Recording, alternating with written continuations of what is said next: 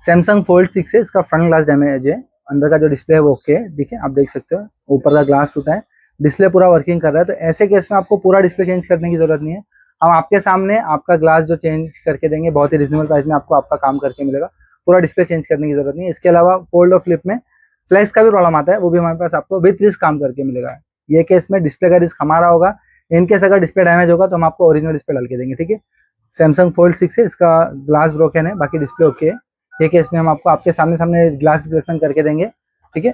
Fold 6, fold 4, fold 5 या कोई भी मॉडल होता है, एज मॉडल या आईफोन मॉडल, हम विथ रिस्क आपको काम करके देंगे। सैमसंग फोल्ड 6 इसका जो फ्रंट ग्लास डैमेज है, इसको रिमूव करने का जो मैं पूरा प्रोसेस बताऊंगा आज की इस वीडियो में।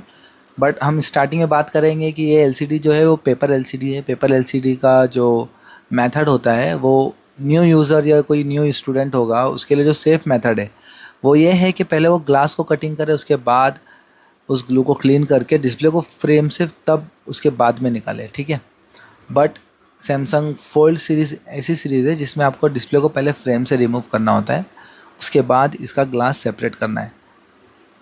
ठीक उसी तरह जिस तरह हम एमोलेड स्क्रीन को करते हैं और टीएफटी एलसीडी, आईपीएस एलसीडी को जिस तरह से हम पहले डिस्प्ले को फ्रेम से रिमूव करते हैं, उसके बाद सेपरेटर पर रखे ग्लास को सेपरेट किया जाता है, ठीक उसी तरह से फोल्ड सीरीज़ में भी हमें पहले डिस्प्ले को फ्रेम से आउट करना है और उसके बाद ग्लास सेपरेट करना है। फ्रेम से आउट करने का जो मेथड है उसमें आपको ये है कि आपको बॉर्डर पे ब्लेड की मदद से स्पेस बनानी है और लिक्विड एंटर करना है। यह प्रोसेस आपका 5 से 6 टाइम होगा। उसके बाद आपकी बॉर्डर पे जो है लिक्विड एंटर हो जाएगा। उसके बाद ब्लेड की मदद से ग्लास को ऊपर की तरफ पुश करना है। यह प्रोसेस आपको चारों तरफ से करना है, ठीक है। उसके बाद एक पोर्शन ऐसा आएगा कि आपको डिस्प्ले को उठाने की जगह मिलेगी और उसमें आपको डिस्प्ले के नीचे के साइड ओसीए पेपर को एंटर करना है।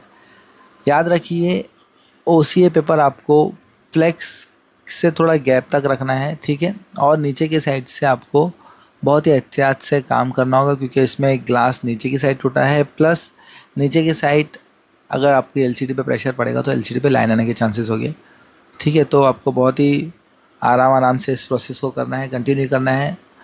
लिक्विड आपके पास अच्छा होना बहुत ज़्यादा ज़रूरी है।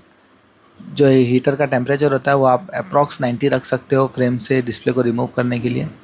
स्लोली आप स्टेप बाय स्टेप ये प्रोसेस को करते रहिए। बार बार हीट कीजिए, ब्लेड की मदद से डिस्प्ले को ऊपर की तरफ पुश कीजिए और एक टाइम के बाद आपको ऐसा फील होगा कि अब हमारा डिस्प्ले जो है वो लूज़ हो चुका है, अब हमें डिस्प्ले को ऊपर की तरफ उठाने की ज़रूरत है और पेपर को एंटर कर सकते हैं तो आप कर सकते हो। अगर आपको ऐसा लगे कि डिस्प्ले काफ़ी टाइट है तो आपको एंटर नहीं करना है, थोड़ा और हीट करना है और ब्लेड की मदद से उसे ऊपर उठाना है, ठीक है।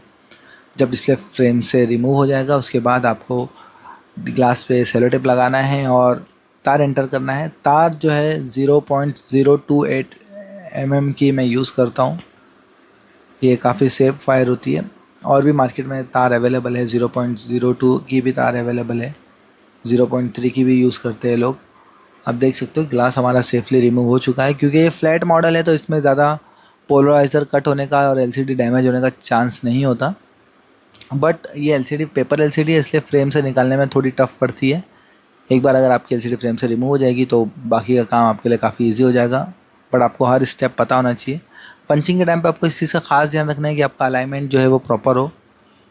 अलाइनमेंट अगर आपका प्रॉपर होगा तो आपकी एलसीडी फ्रेम में भी फिट होगी प्रॉपर और पंचिंग के दौरान भी लाइन नहीं आएगी और बबल्स भी नहीं आएंगे, ठीक है। अगर आपका अलाइनमेंट प्रॉपर नहीं होगा तो काफ़ी प्रॉब्लम्स आती है। अगर आप हमसे रिपेयर करना चाहते हो तो दिए गए नंबर पर कांटेक्ट कीजिए। इसके साथ साथ अगर आपको ट्रेनिंग लेनी है किस तरह से एज मॉडल का इजी और सेफ मेथड है ग्लास रिप्लेसमेंट का, आईफोन का किस तरह से ग्लास चेंज किया जाए विदाउट फ्रेम से रिमूव किए या फ्रेम के साथ किस तरह से डिस्प्ले का ग्लास चेंज किया जाए, इसी के साथ साथ अभी जो प्रॉब्लम चल रही है मोस्टली आती है आईफोन में और एंड्रॉयड में ग्रीन डिस्प्ले और वाइट डिस्प्ले का प्रॉब्लम, इसे किस तरह से सेफली बनाया जाए, किस तरह से बनाए कि उसकी जो प्रॉब्लम है रिपीट ना आए, उसकी लॉन्ग लाइफ किस तरह से हो। इसके अलावा फोल्ड फ्लिप में फ्लेक्स का प्रॉब्लम, हिंज का प्रॉब्लम किस तरह से सॉल्व किया जाए, ये सारी चीज़ें आपको ट्रेनिंग में बताई जाएगी। बहुत ही ईजी और सेफ मेथड आपको बताया जाएगा जिससे आपकी एलसीडी ख़राब ना हो और इनकेस अगर रिपीट काम करना पड़ा तो भी किस तरह से उसे सक्सेस किया जाए, सारी चीज़ें आपको ट्रेनिंग में बताई जाएगी। इस तरह से हम ग्लास का काम फिनिशिंग करते हैं, ठीक इसी तरह से सारी आपको टेक्निक बताई जाएगी ताकि आप भी इस तरह से काम कर सको। वीडियो अच्छी लगी हो तो प्लीज़ लाइक करिए और चैनल को सब्सक्राइब कीजिए। Thanks for watching.